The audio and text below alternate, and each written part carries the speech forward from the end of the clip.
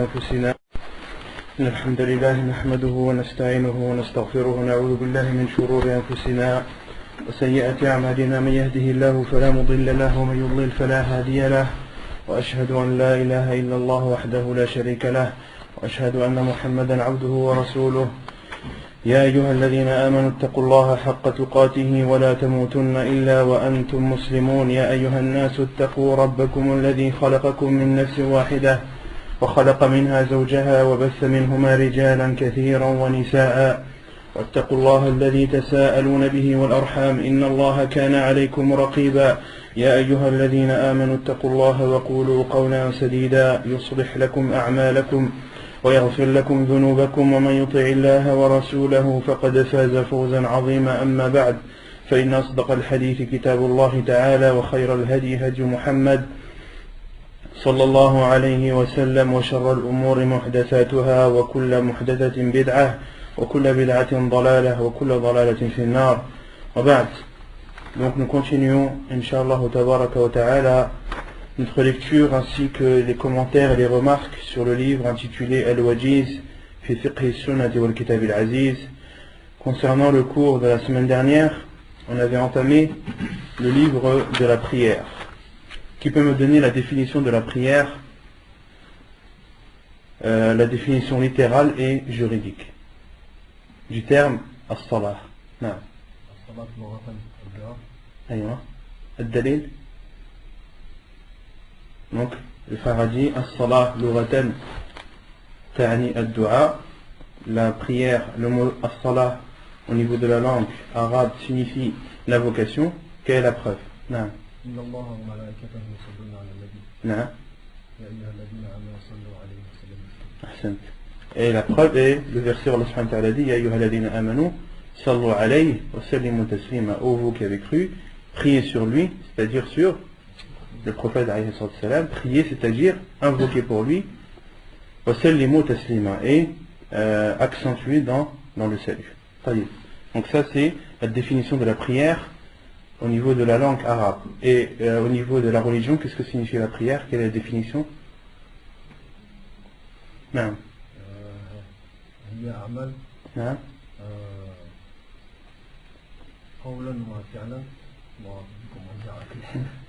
Dis-le en français si tu ne veux pas le dire en arabe.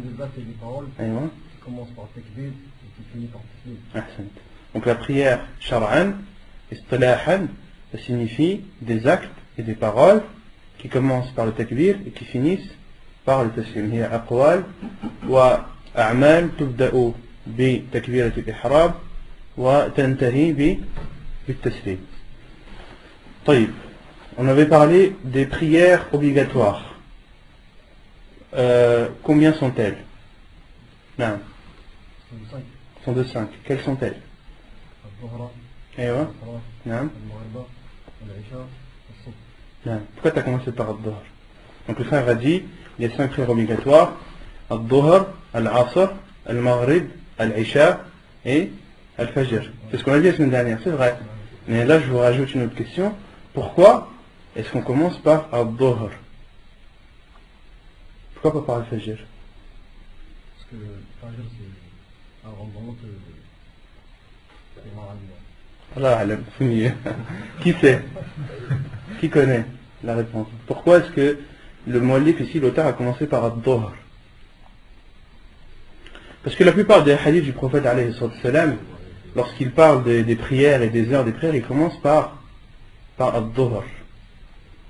Waqtu salat ad-Dhuhr min zawal al-shams. Beaucoup de hadiths du prophète alayhi salam, lorsqu'il parle des prières, il commence par la prière de Dhuhr. Mais d'autres savants ne sont pas de cet avis. Comme Cheikh Dessin Ibn Taymiyyah rahimahullah, lui il considère qu'il faut commencer par Al-Fajr. Pourquoi? Il dit car il y a des hadiths du prophète aussi où le prophète commence par Al-Fajr. Matalan des hadiths rapportés par Sahih Muslim où le prophète dit Ida sallaytum al-Fajr.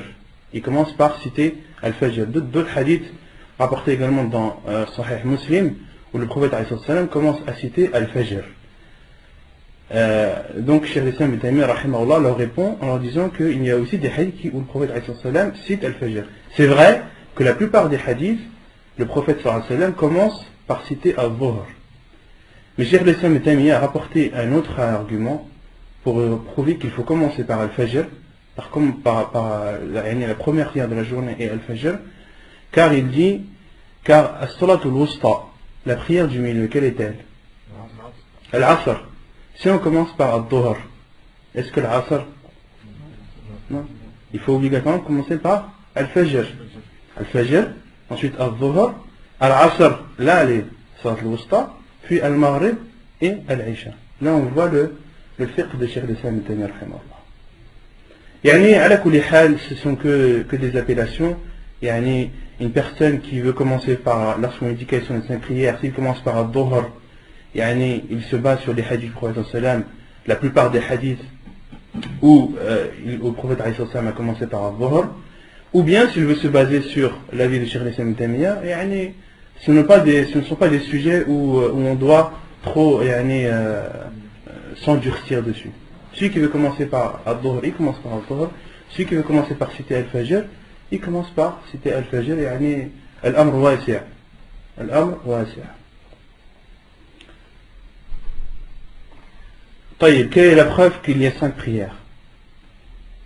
Qui peut me citer au moins un hadith du prophète alayhi salam qui prouve qu'il y a 5 prières obligatoires?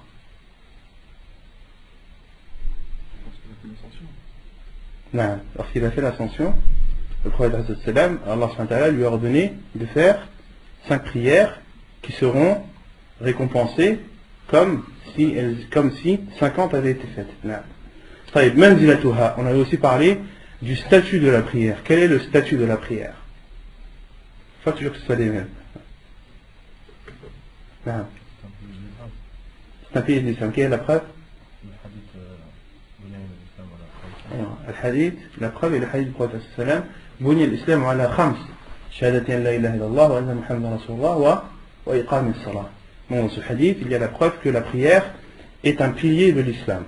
Ensuite, on avait parlé du jugement de celui qui la délaisse. Hukmu tarikiha. Qu'est-ce qu'on avait dit sur celui qui délaisse la prière? Quel est son jugement?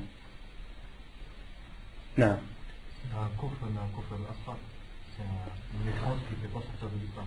C'est une mécréance qui ne fait pas sortir de l'islam. Mais on avait cité les 2 avis des savants. Il y a un avis qui considère que... Non. Le premier avis qui considère que celui qui délaisse la prière est un kafir, est un mécréant qui sort de l'islam, wa l'iyadu billah. Quelle est leur preuve? Non. La preuve est le hadith du prophète alayhi salam, al-ahdu alladhi baynana wa baynahum as-salah, faman tarakaha faqad kafar. Donc ça c'est la preuve de ceux qui considèrent, des savants qui considèrent celui qui délaisse la prière comme étant un mécréant qui sort de l'islam, wa l'iyadu billah. Et l'autre avis, quel est-il? L'autre avis qui disent, et d'autres savants qui disent que celui qui délaisse la prière ne sort pas de l'islam. Il est musulman, mais il ne sort pas de l'islam. Et on avait cité un sujet un point plutôt dans lequel tous les savants sont d'accord. Non. Celui qui considère qu'elle n'est pas obligatoire, celui qui nie le fait que la prière est obligatoire, lui, il est mécréant à l'unanimité des savants. Pourquoi? Car il renie un ordre d'Allah subhanahu wa ta'ala. Allah subhanahu wa ta'ala a ordonné dans le Coran de faire la prière. Donc faire la prière, accomplir la prière est une obligation. Et celui qui ne croit pas en cette obligation, celui qui la renie, lui, il sort de l'islam, wa l'iyadu billah. Et qui a le statut de juger une personne si elle est mécréante ou pas? Est-ce que c'est n'importe qui? Parce que là, on est d'accord que les savants sont unanimes sur celui qui renie l'obligation de la prière est mécréant. Donc si quelqu'un devant vous vient et renie l'obligation de la prière, qu'est-ce que vous faites? Est-ce qu'on a le droit de juger cette personne, de dire anta kafir? Non. C'est du ressort de qui? De Tulab al-Ilm? Des étudiants en sciences? Non, C'est du ressort de qui? non. C'est le ressort des grands savants. Car il y a une règle en islam, ce n'est pas forcément une personne qui tombe dans la mécréance. Toute personne qui tombe dans la mécréance n'est pas forcément mécréante. La Bouddha min ifa shurut wa intifa mawani'.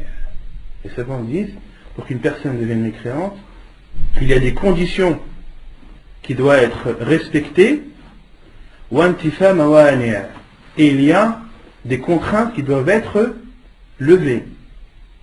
Pour rendre quelqu'un mécréant, il faut que des conditions soient appliquées, soient accomplies, et il faut que des contraintes soient levées. Par exemple, un exemple de contrainte.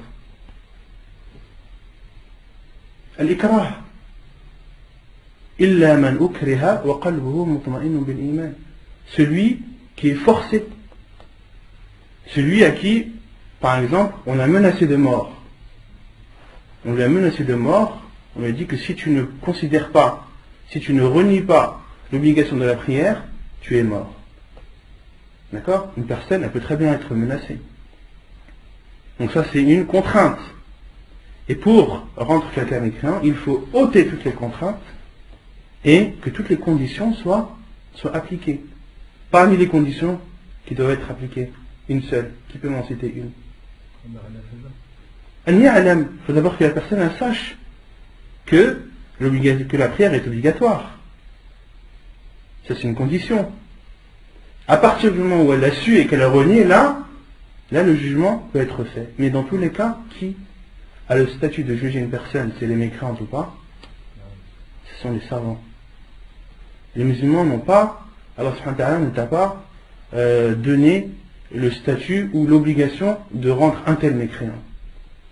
Tu as le jugement général. Celui qui renie l'obligation de la prière, lui c'est un mécréant. Mais ensuite, appliquer ce jugement à telle ou telle personne, ça ce n'est pas de notre ressort. Ça c'est du ressort de Kibar al-Ulama. C'est le ressort des grands savants. Et parmi aussi les conditions, comme l'a dit le frère, iqamatul hujjah. Il faut montrer la vérité d'abord à cette personne. Et montrer la vérité sous de bonnes formes. Montrer la vérité clairement. Et qui montre la vérité clairement? Est-ce que c'est toi ou moi ou n'importe qui? Non. Ce sont les savants. Un savant, lorsqu'il explique une chose, il l'explique clairement. Une personne qui l'écoute, la chose est claire, elle est comprise. Et après cette explication du savant, si la personne renie, là le savant a le statut de dire, lui, je lui ai montré la vérité, il l'a renié, on va qu'à faire. Et ça, c'est du ressort, des savants. Pourquoi est-ce que c'est du ressort des savants? Parce que ce n'est pas une chose facile de rendre quelqu'un mécréant. C'est une énorme responsabilité. Comme l'a dit l'imam al-Shawkani, rahimahullah, celui qui rentre dans l'islam, il est musulman et son islam est clair comme le soleil, en pleine journée. Et celui qui rentre dans l'islam avec clarté, doit en ressortir avec clarté. Celui qui rentre dans l'islam avec clarté, doit en ressortir avec clarté. C'est-à-dire que son kufr, il doit être wadih. Ça doit être une chose claire. Et de rendre quelqu'un mécréant, qu'est-ce que ça signifie? S'il est marié, il doit divorcer. S'il meurt, qu'est-ce que ça signifie? Ses enfants n'héritent pas de lui. On ne prie pas sur lui. On ne le lave pas. On ne l'enterre pas dans le cimetière des musulmans. Et dans son vivant, qu'est-ce que cela signifie? Dans son vivant, qu'est-ce que cela signifie? Qu'il est kafir. D'accord? Et dans l'akhira, qu'est-ce que cela signifie? Qu'il est en enfer. Et tous les jugements qui sont en rapport avec une personne qui est non musulmane. Donc de dire à quelqu'un anta kafir, c'est une chose très grave. Et au-dessus de cela, il y a un hadith du prophète alayhi salam, celui qui dit à son frère anta kafir, faqad ba'a biha ahaduhuma. La mécréance atteindra obligatoirement l'un d'entre eux. Si toi tu dis à ton frère anta kafir, tu es mécréant, la mécréance retombera sur l'un de vous. Soit c'est lui parce qu'il la méritait, ou soit c'est toi, car tu as dit à ton frère qu'il est mécréant alors qu'il ne l'est pas. À partir du moment où tu dis à ton frère Anta kafir, la mécréance tombe obligatoirement dans l'un d'entre vous. Est-ce que l'un d'entre nous aimerait que la mécréance tombe sur lui? Abadan. Donc qu'on retienne nos langues et qu'on laisse les savants leur statut et qu'on laisse cette responsabilité aux savants. Qu'on se contente du jugement général. Le jugement général, on le connaît. Ensuite, appliquer ce jugement à telle ou telle personne, ça c'est du ressort des savants. Taïb, quelle est la preuve? Quelles sont les preuves qu'ont apporté les savants qui considèrent celui qui délaisse la prière comme n'étant pas mécréant? Elle est une petite parenthèse que je veux faire. Lorsque les savants qui considèrent celui qui délaisse la prière comme n'étant pas mécréant, est-ce que ces savants rabaissent l'importance de la prière en disant ça? Abadan. Au contraire, ils disent il n'est pas mécréant, mais il est fasiq, c'est un pervers. Ala abwab al-kufr, il est aux portes de la mécréance. Et l'imam Ibn al-Qayyim rahimahullah a même cité que celui qui délaisse la prière c'est pire que de boire l'alcool, pire que de faire al-zina, l'adultère. Bel, l'imam Ibn al-Qayyim dit وَهُوَ أَشَدُّ مِنْ قَتْلِ النَّفْسِ, c'est pire que de tuer quelqu'un. Celui qui délaisse la prière, il a fait un péché plus énorme que de tuer une personne. Et quand tu dis à quelqu'un t'as tué une personne, qu'est-ce que t'as fait, qu'est-ce qui t'est arrivé, pourquoi ci, pourquoi ça? Mais quand tu vois, il ne fait pas la prière, il ne fait pas la prière, maintenant à notre époque c'est tellement banal que les cœurs ils sont endurcis. Alors que cette personne, en vérité, elle a fait un péché qui est pire que de tuer quelqu'un. Non. Donc, non. C'est par rapport à Allah qu'on a demandé à l'église de se prosterner devant Adam. Il vient donner cet ordre-là. Est-ce que c'est un ordre de prière ou c'est un ordre juste de prosternation? De prosternation. De prosternation. Un ordre de prosternation. Donc les savants, lorsqu'ils disent celui qui délaisse la prière, ce n'est pas un mécréant, il ne faut pas que la personne adore sur ses lauriers. Il ne faut pas que celui qui délaisse la prière dise c'est bon, moi je suis musulman, Inch'Allah, moi je suis ana tahta al-mashi'a, je suis sous la volonté d'Allah, s'il veut me pardonner, il me pardonne, s'il veut me châtier, mais Inch'Allah, j'espère qu'Allah va me pardonner. Non, ça ne se passe pas comme ça. Au contraire, tu es en grand danger. Tu as plus de chances d'aller en enfer que d'aller au paradis. Tu es même au bord de la mécréance. Tu es au bord de la mécréance. Donc, le fait que certains savants, ou la plupart des savants considèrent celui qui délaisse la prière comme étant musulman, cela ne veut pas dire que de délaisser la prière n'est pas un grave péché. Bel, c'est le plus grave péché après Ashirk Billah.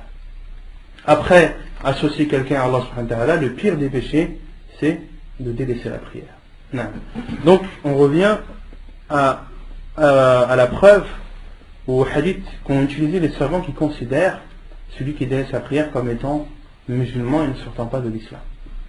Tu peux me citer les hadiths qu'ils ont utilisés pour prouver cela? Non. Non, تفضل. Celui qui a la tombe de la ilaha illallah, il rentrera au paradis.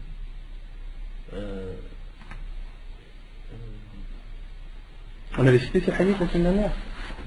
Non. On n'a pas cité ce hadith. La semaine dernière, on avait cité 3 hadiths. Non. Parmi les hadiths, quand le prophète a dit que celui qui fait attention à ses prières, ne connaît pas le hadith à le hadith. Et que c'est un ahd d'Allah. Non, ça c'est le premier hadith qu'on avait cité. خمس صلوات كتبهن الله على العباد. Donc on avait cité le hadith du prophète alayhi salam où il dit 5 prières qu'Allah subhanahu wa ta'ala a rendues obligatoires envers ses serviteurs. Celui qui les accomplit correctement et sans manquer à leur égard, Allah subhanahu wa ta'ala prend l'engagement كان له عند الله عهد أن يدخله الجنة. Allah subhanahu wa ta'ala prend l'engagement de le rentrer au paradis. Et celui qui les délaisse, ou وَمَنْ لَمْ يَأْتِ بِهِنْ, et celui qui ne les accomplit pas, les 5 prières, فَلَيْسَ لَهُ عِنْدَ اللَّهِ عَهْدٌ. Allah subhanahu wa ta'ala ne prend pas d'engagement à son égard. إِنْ شَاءَ عَذَّبَهُ وَإِنْ شَاءَ غَفَرَ لَهُ. Si Allah subhanahu wa ta'ala veut lui pardonner, il lui pardonnera. S'il veut le châtier, il le châtiera. Et on avait dit que la preuve dans ce hadith, c'était le fait que le prophète a dit إِنْ شَاءَ عَذَّبَهُ وَإِنْ شَاءَ غَفَرَ لَهُ. S'il veut, il lui pardonne. S'il veut, il le châtie. À partir du moment où il y a cette volonté, cette possibilité de pardonner, automatiquement la personne n'est pas mécréante. Car une personne mécréante, lorsqu'elle meurt en étant mécréante, Allah subhanahu wa ta'ala ne lui pardonnera pas. Inna Allah la yaghfiru an yushraka bih wa yaghfiru ma duna dhalika liman yasha. Et un autre hadith qu'on avait cité. Non. Allah Azza wa Jalla, il a dit qu'une fois, le prophète il a dit que la première chose sur laquelle on va être interrogé, ça va être par là. La première chose qui sera demandée au serviteur le jour du jugement, c'est la prière. Si elle était bonne, on demandera, s'il y a un manque dans cette prière à fois, on demandera, Allah subhanahu wa ta'ala demandera, est-ce que cette personne a fait des prières surrogatoires? D'accord? Donc à partir du moment où il y a un manque partiel ou total de la prière, Allah subhanahu wa ta'ala va demander si cette personne a fait des prières surrogatoires qui pourront compléter ce manque. D'accord? Et à partir du moment où Allah subhanahu wa ta'ala demande est-ce qu'il y a des prières surrogatoires, c'est-à-dire qu'il y a possibilité de pardon. Donc que la personne est musulmane. طيب, on continue inshallah tabaraka wa ta'ala. قال المؤلف على من تجب على كل مسلم عاقل. عن علي رضي الله عنه عن النبي صلى الله عليه وسلم قال رفع القلم عن 3 عن النائم حتى يستيقظ وعن الصبي حتى يحتلم وعن المجنون حتى يعقل. حديث صحيح رواه أبو داود. Donc ensuite le cheikh dit envers qui la prière est obligatoire. Envers qui la prière est obligatoire. La prière est obligatoire envers tout musulman pubère et qui a sa raison. La preuve est le hadith de Ali radiallahu anhu qui rapporte que le prophète alayhi salatu wassalam a dit la plume est levée sur 3 personnes. Sur celui qui dort jusqu'à ce qu'il se réveille, sur l'enfant jusqu'à ce qu'il atteint l'âge de la puberté, et sur celui fou jusqu'à ce qu'il retrouve sa raison. Hadith authentique rapporté par Abu Daoud. Donc dans ce hadith, le prophète a dit Rufi' al-qalam an 3, c'est-à-dire que la plume est levée sur 3 personnes. C'est-à-dire que les anges n'écrivent pas les bonnes et mauvaises actions de ces 3 personnes. Quelles sont ces 3 personnes? Sur celui qui dort jusqu'à ce qu'il se réveille. Une personne, lorsqu'elle dort, elle n'est pas responsable de ses actes. Et de l'enfant jusqu'à ce qu'il atteigne l'âge de la puberté. Donc un enfant, lorsqu'il n'a pas atteint l'âge de la puberté, les anges ne notent pas ses bonnes et mauvaises actions. Et le fou jusqu'à ce qu'il retrouve sa raison. Donc la prière est obligatoire sur toute personne, hormis ces 3. La prière est obligatoire sur toute personne qui est musulmane, qui a atteint l'âge de la puberté et qui a la raison. Non. ويجب على ولي الصبي أن يأمره بها وإن كانت غير واجبة عليه ليتعود المحافظة عليها. عن عمرو بن شعيب عن أبيه عن جده قال قال رسول الله صلى الله عليه وسلم مروا أولادكم بالصلاة وهم أبناء 7 واضربوهم عليها وهم أبناء 10 سنين وفرقوا بينهم في المضاجع. حديث حسن رواه أبو داود.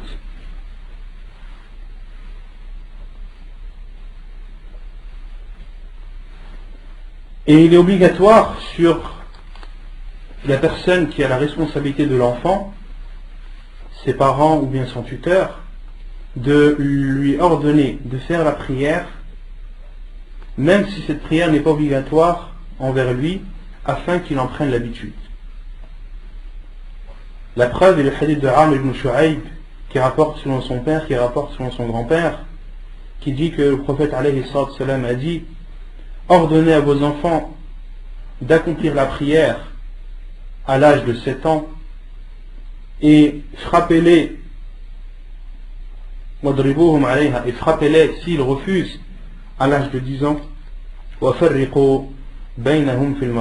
et séparez-les entre eux dans les lits. De quelle façon frapper? J'arrive, Inch'Allah. J'ai juste le temps de lire le hadith. Hadith Hassan, hadith bon rapporté par Abu Daoud et Al-Hakim.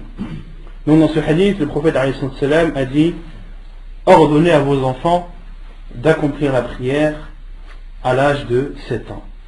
Moro, ordonner, certains savants ont considéré cela comme une obligation. Comme le Cheikh Ibn Uthaymin rahimahullah considère que c'est une obligation pour les parents d'ordonner à leurs enfants de faire la prière à l'âge de 7 ans. Et c'est pas la personne qui dit non, si je veux lui ordonner, je lui ordonne, sinon non. Non. Le prophète a dit Muru awladakum bis salat. Et on avait dit la base dans l'ordre du prophète c'est que c'est une obligation jusqu'à la preuve du contraire. Muru awladakum, ordonnez à vos enfants. Ici les enfants, les savants disent, ça englobe les filles et les garçons. Ce n'est pas seulement les garçons. Muru awladakum bis salah. Ordonnez à vos enfants d'accomplir la prière. Les savants ont dit, et à côté de cela, il faut aussi leur ordonner de faire al-wudu. Pourquoi? Car il n'y a pas de prière sans ablution. Donc ordonnez, donc l'explication du hadith, ordonnez obligatoirement à vos enfants, qu'ils soient des filles ou des garçons, de faire la prière ainsi que les ablutions à l'âge de 7 ans. Non. Wadribuhum alayha, et frappez-les, wadribuhum alayha, et frappez-les si ils refusent. Wahum abna'u 10 sinin, et frappez-les à l'âge de 10 ans. Et frappez-les à l'âge de 10 ans. Et les savants ont dit, frappez-les ad-darbu al-ghayru al-mubarrih, darbun yanfa' wa la yadur. Il faut, le fait de frapper, c'est plus tapoter. Yani, de tapoter les enfants, de les frapper doucement, plus pour les intimider, d'accord? Et il faut que le fait de les frapper de cette sorte soit un bienfait, apporte un bénéfice et non un préjudice. Non.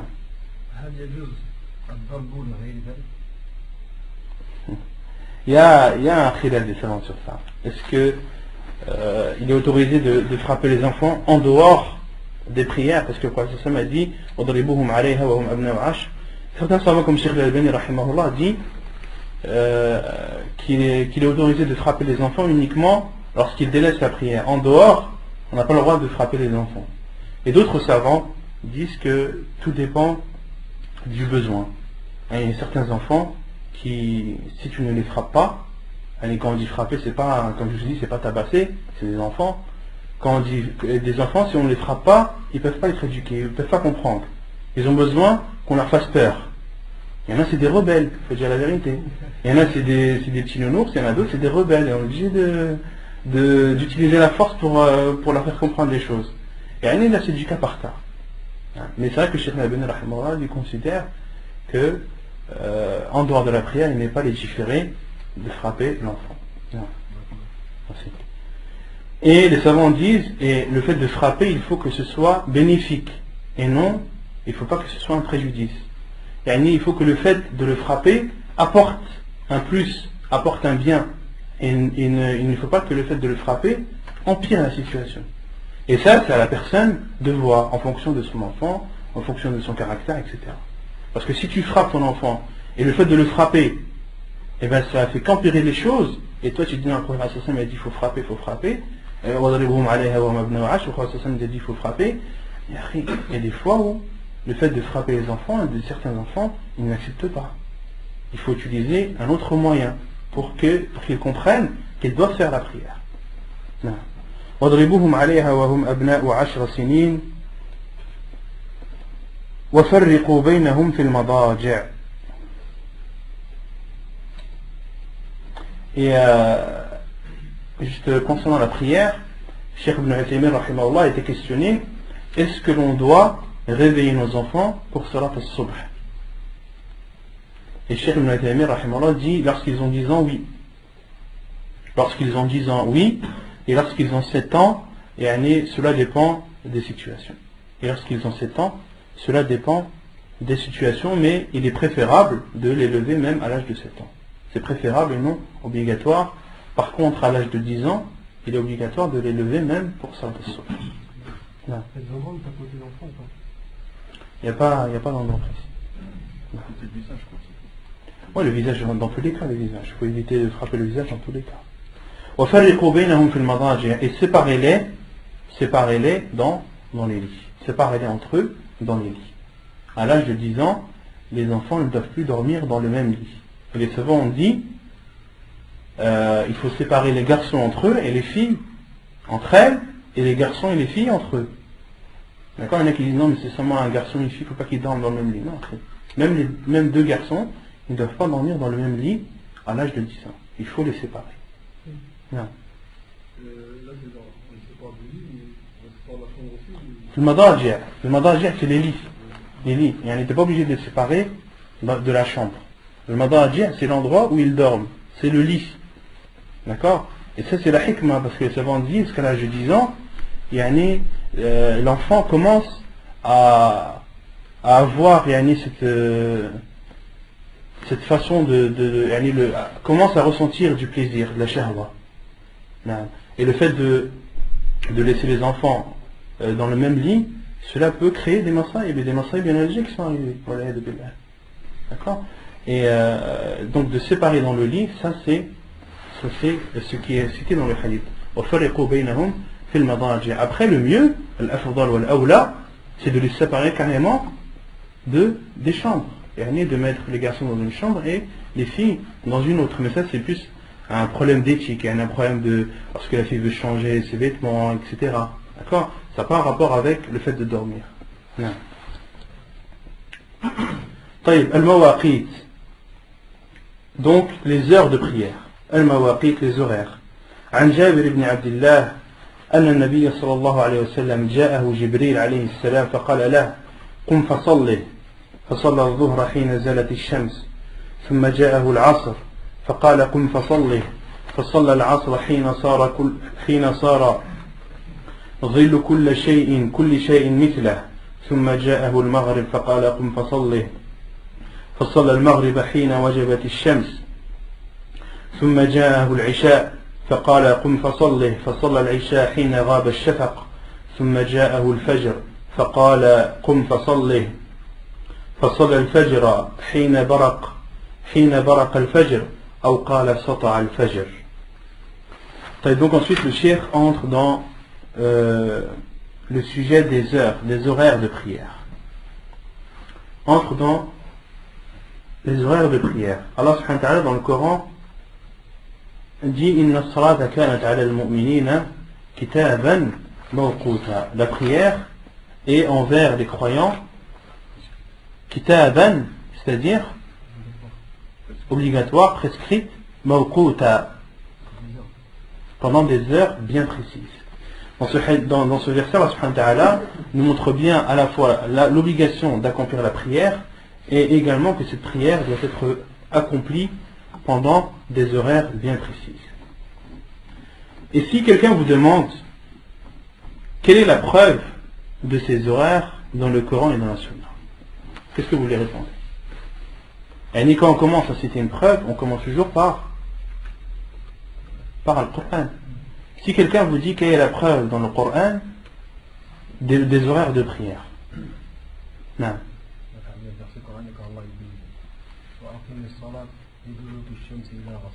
Non. La preuve est le hadith et le verset où Allah subhanahu wa ta'ala dit Aqim as-salah liduluki ash-shamsi ila ghasaqi al-layli wa Qur'an al-fajr. Allah subhanahu wa ta'ala dit et accomplis la prière liduluki ash-shams à partir du déclin du soleil. Le déclin du soleil, c'est-à-dire le zénith, c'est quand il est au milieu. Le déclin, c'est juste après le zénith. C'est quand le soleil redescend. Le déclin du soleil, c'est al-zawal. Les savants appellent al-zawal. Al-zawal, c'est lorsque le soleil dépasse le zénith. À partir du moment où il dépasse le zénith, c'est là où il y a l'heure de dhuhr. D'accord? Allah subhanahu wa ta'ala dit Aqim as-salah, accomplis la prière du déclin du soleil, les duluki ash-shamsi ila ghasaqi al-layl. Ila ghasaqi al-layl, jusqu'à la nuit sombre. Jusqu'à la nuit sombre. Et quand est-ce que la nuit est le plus sombre?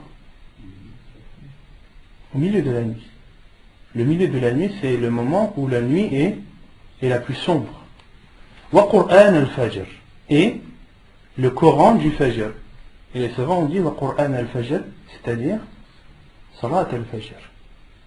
Qur'an al-fajr dans ce verset, c'est Salat al-fajr. Inna Qur'an al-fajri kana mashhouda. Et le Coran du Fajr, c'est-à-dire la prière du Fajr, est témoin. Il y a des témoins qui assistent. Des témoins qui sont les anges. Les anges assistent et témoignent de ceux qui prient Salat al-subh. Non. Non. Que ce soit ou à la mosquée ou à la maison, ou que ce soit vraiment à la mosquée pour que les anges témoignent. Et la base pour l'homme, c'est la mosquée, pour la femme c'est chez elle. Il n'y a pas d'endroit de prière. Wallahu a'lam. Et dans ce verset, Allah subhanahu wa ta'ala dit liduluki ash-shams, du déclin du soleil jusqu'au milieu de la nuit. Ça englobe combien de prières? 4 prières. Lesquelles? Al-Dhuhr, Al-Asr, Al-Maghrib, Al-Isha. Et ensuite Allah subhanahu wa ta'ala dit Wa Qur'an al-Fajr. Wa Qur'an al-Fajr. Et la prière du Fajr. Pourquoi est-ce qu'Allah subhanahu wa ta'ala a séparé les 4 avec Al-Fajr? Les 4 il les a cités dans un même laps de temps, et le Fajr, Allah subhanahu wa ta'ala l'a cité séparément. Pourquoi? Qui connaît la hikmah? Non, pas au niveau de l'appartenance. Non. Parce qu'il y a un déclin qui se fait. Non. La réponse c'est que Allah subhanahu wa ta'ala a cité les 4 prières qui se suivent. Al-Dhuhr, juste après le Dhuhr, qu'est-ce qu'il y a? Al-Asr, juste après l'heure de l'Asr. Al-Maghrib, juste après l'heure du Maghrib. Juste après l'Isha, il n'y a rien.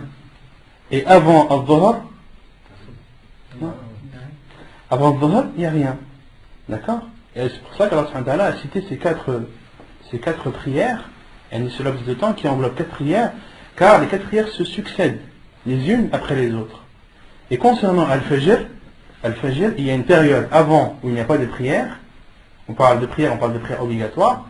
Et il y a une période après Al-Fajr où il n'y a pas de prière. D'accord? C'est pour cela qu'Allah subhanahu wa ta'ala dit Wa Qur'an al-Fajr, et la prière du Fajr. Non.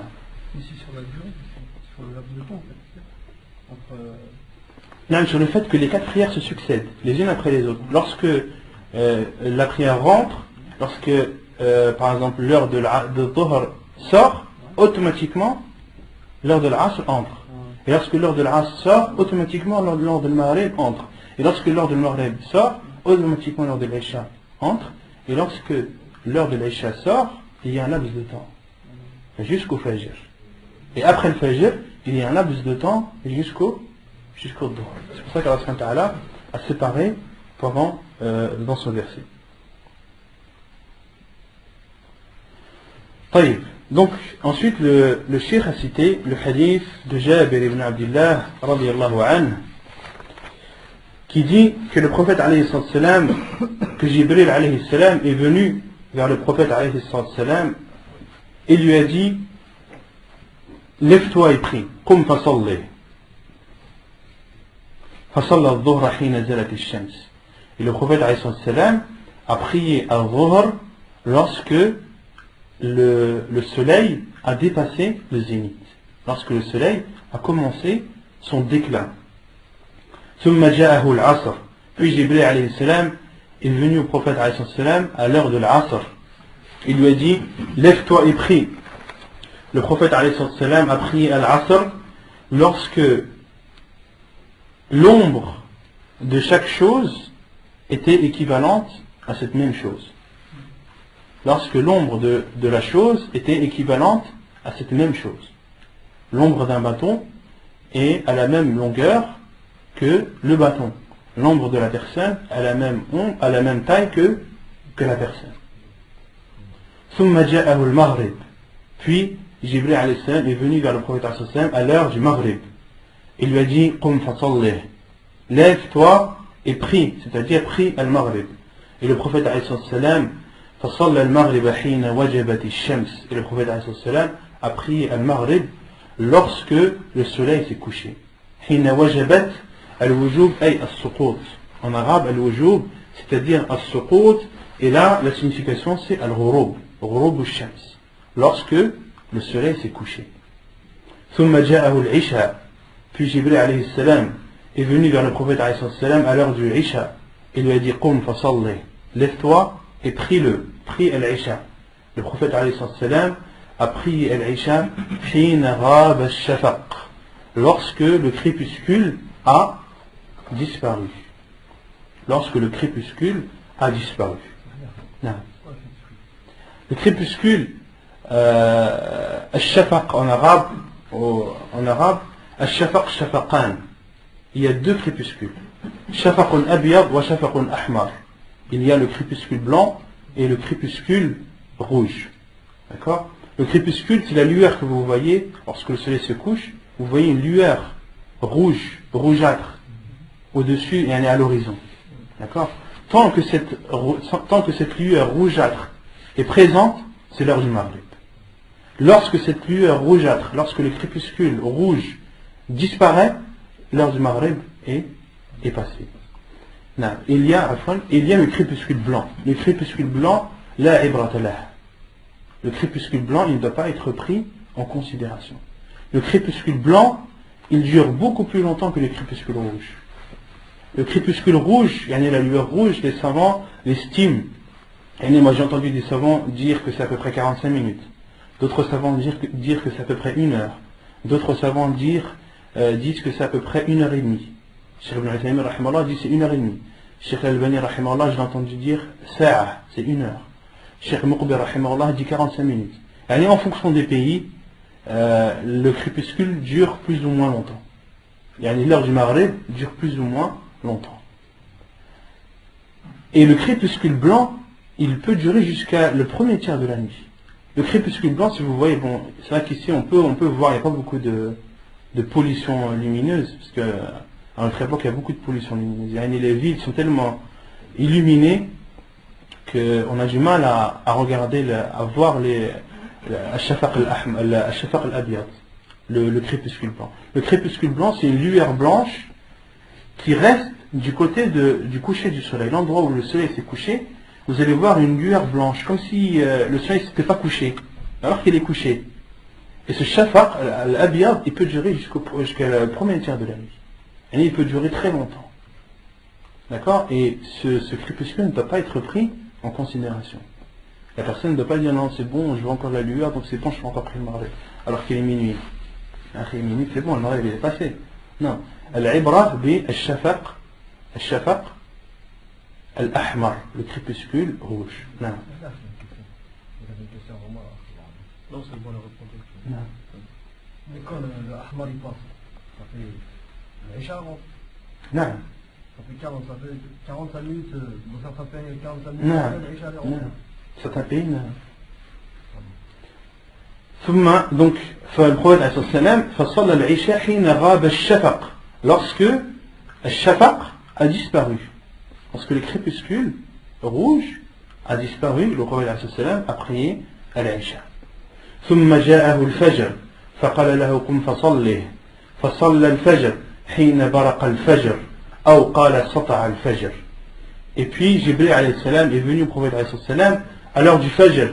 Il lui a dit prie al-Fajr. Et le prophète alayhi salam a prié al-Fajr lorsque l'aurore est apparue. حين برق أو سطع الفجر, lorsque l'aube est apparue. Et al-Fajr, les savants disent al-Fajr ou Fajran. Donc al-Shafaq, Shafaqan, le crépuscule il y en a deux, ou al-Fajr Fajran. Fajrun sadiqun wa Fajrun kadhibun.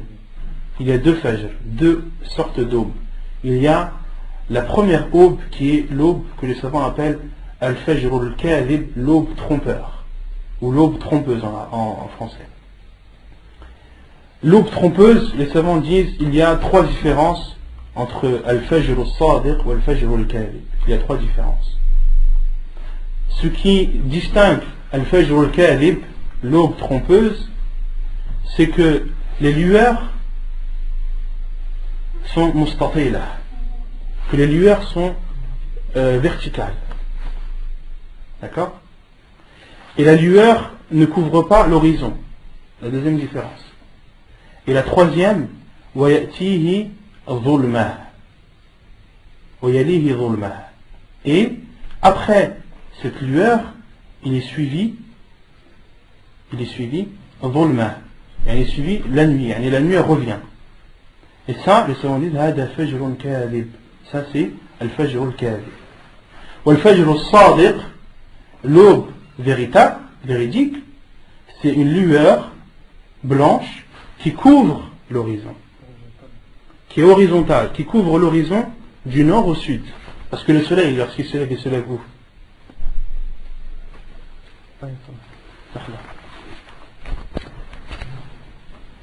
Donc on disait Wal-Fajr al-Sadiq, le Fajr, l'aube véritable, l'aube véridique, c'est une lueur blanche qui couvre l'horizon du nord au sud.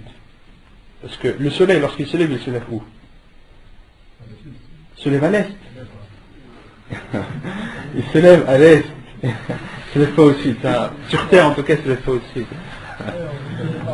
Le soleil se lève à l'est, et se couche à l'ouest. Donc lorsque tu as l'aube devant toi, lorsque tu as l'endroit où le soleil se lève, donc tu as l'est en face de toi. Tu as l'est en face de toi, et tu as le sud à ta droite et le nord à ta gauche. Donc l'horizon, elle va du nord et elle finit au sud. Et en face, au milieu, tu as l'est. Donc ça c'est al-Fajr al-Sadiq. Et al-Fajr al-Sadiq, la yalihi dhulma. La vraie aube n'est pas suivie de ténèbres. Yani, la lueur blanche, elle ne s'arrête plus jusqu'au lever du soleil. Yani, il n'y a plus de nuit qui revient après. Contrairement à al-Fajr al-Kadhib. Al-Fajr al-Kadhib, on a dit, les lueurs sont comme des traits verticaux. D'accord? La lueur ne couvre pas tout l'horizon et elle est suivie par une partie de la nuit encore. Donc ça c'est al-Fajr al-Kadhib. Il y a combien de différences entre les deux? Allahu a'lam. Je ne sais pas combien de différences en temps il y a entre al-Fajr al-Sadiq et al-Kadhib. Allahu a'lam. Est-ce que les calendriers qu'on a en France, on peut spécifier en fait? Allahu a'lam. Il y a une personne, ça c'est une chose qu'il faudrait qu'on fasse, c'est de prendre un jour, de sortir dans la campagne et puis de regarder l'horizon jusqu'à ce qu'on voit al-Fajr al-Sadiq et de regarder l'heure à peu près et d'estimer à peu près le calendrier qui est le plus proche de la réalité. C'est comme le Maroc. Hein? Moi j'habite en hauteur, je vois le Maroc. Non. Il se couche à 45. Et dans certains masjids, ils le font à 5h, 5h05, ils font très bien. En fait, il y a un temps exagéré entre les... Mais comment tu sais le soleil quand est-ce qu'il se couche? Je le vois à l'horizon. Est-ce qu'on peut se faire une vue au soleil? Parce que nous, notre... Bien sûr, tu peux te faire ta vue. Les hadiths du prophète, les savants, lorsqu'ils expliquent, c'est justement pour que ça te soit utile. Si on dit ça justement, c'est pour que ça te serve. Non, c'est par rapport à la mosquée de pas, le deuxième soir, c'est nuit. Il fait nuit, mais attention, j'ai dit, il y a la pollution lumineuse. Les villes elles sont tellement éclairées que le ciel, tu vois plus le ciel comme il est en vérité. Les étoiles, on les voit même plus à notre époque. Même les astronomes et tout ça, ils se plaignent de la pollution parce qu'ils peuvent plus regarder les étoiles comme ils le veulent. Ils sont obligés d'aller dans des endroits isolés pour pouvoir regarder les étoiles en toute tranquillité. Mais dans les villes, on n'y pense même plus. Les étoiles, c'est bon, tu les vois plus. Non. Quand tu vas à la campagne, au bled ou autre, tu regardes le ciel, tu te dis, subhanallah, on n'a pas le même ciel au Maroc et en France. Non, subhanallah, donc ça, c'est vrai que ça influe beaucoup même sur l'heure de Fajr. Tu vois l'horizon, tu vois de la lumière, mais c'est la lumière des lampadaires, c'est pas la lumière du soleil. Non. C'est mieux de prier le plus tard possible, de prendre la mosquée qui prie le plus tard possible pour le Fajr. Tu peux si... non, il n'y a pas de problème pour ça. Tu es sûr de prier à l'heure. Tu es sûr de prier à l'heure. Et si tu as une mosquée qui est à côté de chez toi et qui prie avant, les savants disent tu pries quand même. Tu vas prier dans la mosquée. Cheikh Al-Albani dit ça. Tu pries dans la mosquée, même si tu sais qu'ils font un avant, et ensuite tu retournes chez toi et tu refais ta prière à l'heure. C'est ce qu'ils font en Algérie. C'est le sein où j'habite. Tous les frères, la plupart des frères font ça. Ensuite on continue le hadith parce que le hadith il n'est pas fini. Donc là en fait le hadith se divise en deux. La première partie que l'on vient de citer où Jibril alayhi salam est venu informer du début de l'heure de chaque prière au prophète alayhi salam. Ensuite Jabir ibn Abdullah continue le hadith, puis il dit ثم جاءه من الغد. Puis Jibril alayhi salam est venu au prophète alayhi salam le lendemain à l'heure de Dhuhr. فقال له قم فصلي فصلى الظهر حين صار ظل كل شيء مثله. Jibril alayhi salam a dit au prophète alayhi salam prie, lève-toi et prie al-Dhuhr. Le prophète alayhi salam a prié al-Dhuhr lorsque l'ombre de chaque chose était égale à cette même chose. حين صار ظل كل شيء مثله ثم جاءه العصر. Puis Jibril alayhi salam est venu au prophète alayhi salam à l'heure de l'Asr. فقال قم فصلي فصلى العصر حين صار ظل كل شيء مثليه.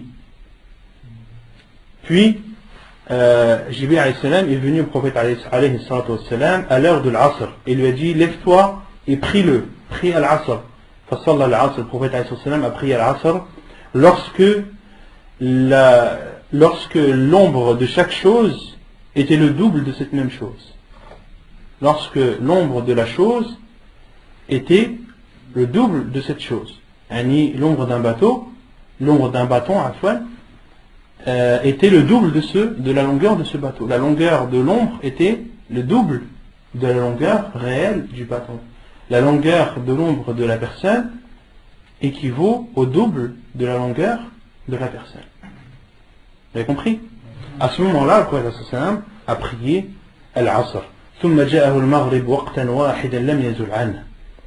Puis il est venu à l'heure du Maghrib à la même heure, sans venir ni avant ni après. Jibril alayhi salam est venu au prophète alayhi salam le lendemain à la même heure du Maghrib qu'il est venu la veille. ثم جاءه العشاء حين ذهب نصف الليل أو قال ثلث الليل فصلى العشاء ثم جاء حين أسفر جدا. Donc ensuite Jibril alayhi salam est venu vers le prophète alayhi salam à l'heure de l'Isha, lorsque la moitié de la nuit a été entamée, lorsque la moitié de la nuit a été dépassée, أو قال ثلث الليل, ou là il y a un doute du rawi, ou bien lorsque le premier tiers a été dépassé. فصلى العشاء. Puis le prophète a prié à l'Isha. ثم جاء حين أسفر جدا. Puis Jibril alayhi salam est venu lorsque le soleil était très jaunâtre, c'est-à-dire juste avant qu'il se lève. فقال قم فصلي فصلى الفجر. Puis Jibril alayhi salam a dit au prophète sallallahu alayhi wa sallam lève-toi et prie al-Fajr. le prophète sallam a pris al-fajr, ثم قال, puis Jibril alayhi salam a dit, ما بين هذين الوقتين وقت, entre ces deux heures il y a l'heure. Entre ces deux heures, c'est l'heure de la prière. بين هذين الوقتين, entre ces deux tranches d'heures, il y a l'heure, c'est-à-dire l'heure de la prière correspondante. L'heure de la prière correspondante. قال الترمذي قال محمد يعني بن إسماعيل البخاري الصح شيء في المواقيت حديث جابر. Et l'imam al-Tirmidhi rahimahullah a rapporté la parole de l'imam al-Bukhari rahimahullah qui dit le hadith le plus authentique rapporté en termes d'heures de prière est le hadith de Jabir, le hadith que l'on vient de citer. طيب, ensuite يقول المؤلف أولا الظهر وقته من زوال الشمس إلى أن يصير ظل كل شيء مثله. Donc ici le cheikh fait une synthèse.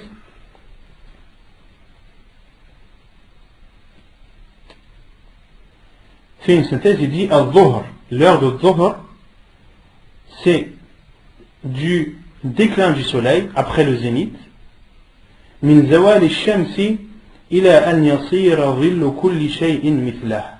Donc l'heure du dhuhr, c'est du déclin du soleil, à partir du moment où le soleil commence à descendre du zénith, jusqu'à ce que l'ombre de la chose équivaut à cette chose, jusqu'à ce que la longueur de l'ombre est égale à la longueur de la chose, de cette même chose. Donc ça c'est l'heure de dhuhr. Et zawal al-shams, comment est-ce que l'on peut repérer le déclin du soleil? Al-zawal, zawal al-shams. Non, non, pas la chaleur. Presque ils vont paraître petites. Les savants disent que le zénith, lorsque le soleil est au zénith, tu plantes un bâton par terre. Théoriquement, si le sol est droit, si tu as bien planté ton bâton, le bâton normalement n'a pas d'ombre. Normalement, le bâton n'a pas d'ombre, ça c'est quand le soleil est au zénith, est au-dessus du ciel, au-dessus de nos têtes. Le soleil est au-dessus de toi, normalement, il n'y a pas d'ombre. D'accord? À partir du moment où le soleil, donc le soleil lorsqu'il se couche, on a dit, à l'ouest. Il se lève à l'est, il monte au-dessus du ciel, il est au-dessus de notre tête, et ensuite il redescend vers l'ouest. Lorsque le soleil descend vers l'ouest, l'ombre du bâton elle va être où? Hein? Elle va être à l'est. Et le soleil sera à sa gauche, à la gauche du bâton, donc l'ombre sera réfléchie sur la droite. D'accord? Donc il y a deux solutions. Soit le bâton est bien planté dans une terre droite, dans ce cas, il n'y a pas d'ombre. À partir du moment où tu vas voir apparaître ne serait-ce qu'un millimètre d'ombre à droite, parce que le soleil va descendre, l'heure du dhuhr y rentre. Et lorsque tu plantes mal ton bâton, lorsque ton bâton tu le plantes, mais tu vois qu'il y a quand même, on va dire 2 cm d'ombre, alors que le soleil est au zénith, les savants disent pour reconnaître le zénith, l'ombre elle va diminuer, jusqu'à un moment elle va plus diminuer. Elle va s'arrêter de diminuer. Et ensuite, lorsque le soleil va dépasser le zénith, l'ombre va commencer à grandir. Et toi, lorsque tu vas voir que l'ombre arrête de diminuer, il faudra faire un trait, une marque sur le sol, au niveau de cette ombre. Une marque, tu repères que l'ombre, elle a arrêté de diminuer jusqu'à cet endroit. Et quand tu vas voir que l'ombre va commencer à dépasser cette marque, c'est-à-dire que le soleil a dépassé le zénith, dakhala al-dhuhr. Non, mais ça c'est une explication que Cheikh Al-Albani a apportée. Non. Quand il y a des nuages, là c'est autre chose. Quand il y a des nuages, tu utilises ta montre. Allahu alam, je ne sais pas autant du prophète comment il faisait lorsqu'il y avait de l'ombre, Allahu alam, lorsqu'il avait des nuages, je ne sais pas. طيب العصر ثانيا العصر وقته من صيرورة الظل مثله إلى غروب الشمس. Et l'heure de l'Asr, c'est à partir du moment où l'ombre de la chose est égale à cette même chose jusqu'au coucher du soleil. Non. Si j'ai fini. Et le Dhuhr, c'est du zawal, du déclin du zénith, jusqu'à ce que l'ombre de chaque chose soit à la même taille de cette chose. D'accord? Jusqu'à Waqt al-Asr, ça c'est la fin de Dhuhr. Et la fin de Dhuhr correspond au début de l'Asr. Parce qu'on avait dit, les prières se suivent les unes après les autres. Et l'Asr, donc ça commence à partir du moment où l'ombre, non, à partir du moment où l'ombre est égale à la chose, là c'est le début de l'Asr. La fin de Dhuhr, le début de l'Asr. Ila ghurub ash-shams, jusqu'au coucher du soleil, jusqu'à ce que le soleil se couche. Et les savants ont séparé concernant Al-Asr. Ils ont dit Al-Asr, il y a deux types d'horaires du Asr. Il y a Waqt al-Ada wa Waqt al-Darura. Waqt al-Ada wa Waqt al-Darura. La première période de l'heure de l'Asr, c'est la prière, l'heure obligatoire, où on doit faire l'heure Al-Asr, c'est du moment où l'ombre est égale à la chose, d'accord, jusqu'à ce que le soleil devienne jaunâtre. Il a un tasfar. Parce qu'il y a un hadith du Prophète sallam qui interdit de faire Al-Asr après que le soleil commence à devenir jaunâtre. Ba'da sfirar al-shams. D'accord? Donc entre ces deux horaires, il est obligatoire de faire Al-Asr. D'accord? Il est obligatoire de faire Al-Asr. Et les savants donnent deux types de façons de reconnaître cette horaire obligatoire. Premièrement, soit lorsque le soleil devient jaunâtre, ou bien, comme il est dit dans le hadith, lorsque l'ombre de chaque chose est le double, lorsque l'ombre est le double de la chose, lorsque la longueur de l'ombre correspond au double de la chose. D'accord? Là, ça c'est waqtu al-ada, c'est l'heure obligatoire dans laquelle al-asr doit être fait. Et ensuite, il y a waqtu al-darura, l'heure de dernière, on va dire l'heure de dernier recours, pour celui qui a eu une darura, qui a eu un cas qui l'a empêché, un empêchement légiféré, un empêchement shara'i, qui l'a empêché de faire al-asr avant que le soleil soit jaunâtre. Waqt al-darura min isfirar al-shams ila ghurub al-shams. Et l'heure, cette heure critique, on va dire, c'est entre le moment où le soleil commence à devenir jaunâtre, ou bien lorsque l'ombre est le double de la chose, jusqu'au coucher du soleil. Non. C'est pour cela que le cheikh ici a dit que Waqt al-Asr, c'est du moment où l'ombre est égale à la chose jusqu'au coucher du soleil, parce que c'est effectivement Waqt al-Asr. Mais ensuite il va citer le hadith où le Prophète interdit de faire al-Asr après que le soleil devienne jaunâtre. Non. Est-ce qu'on pourrait dire que celui qui n'avait pas de darura, sa salat elle est batala? Non. Non, parce qu'il est toujours dans Waqt al-Asr. Et sa prière elle sera acceptée, lakinnahu athim, mais il a fait un péché. Non, il a fait un péché. طيب المغرب وقته من غروب الشمس إلى أن يغيب الشفق لقوله عليه الصلاة والسلام وقت صلاة المغرب ما لم يغب الشفق. Et la prière du Maghrib, elle commence du coucher du soleil jusqu'à la disparition du crépuscule. On a dit le crépuscule, blanc ou rouge? Rouge. Et le crépuscule, c'est la lueur rougeâtre qu'il y a à l'horizon au moment du coucher du soleil.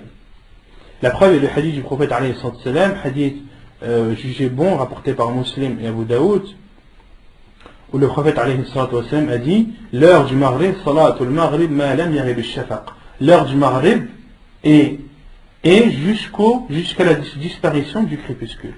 L'heure du Maghrib est jusqu'à la disparition du crépuscule. رابعا العشاء وقتها من غياب الشفق إلى نصف الليل. Et l'heure de l'Isha, c'est de la disparition du crépuscule jusqu'à la moitié de la nuit. لقوله صلى الله عليه وسلم وقت صلاة العشاء إلى نصف الليل الأوسط. إلى نصف الليل الأوسط. Et la preuve est le hadith du prophète alayhi salam qui dit l'heure de l'Isha est jusqu'à la moitié de la nuit. Et al-awsat, les savants disent al-awsat ay al-awwal, al-nisfu al-awwal. Al-nisfu al-awwal, parce que les moitiés, il y en a deux. Première moitié, deuxième moitié. Tu as compris? Quand tu prends une chose, il y a deux moitiés. Tu as la première moitié, deuxième moitié. Quand tu dis jusqu'à la moitié de la nuit, tu peux très bien comprendre la deuxième moitié.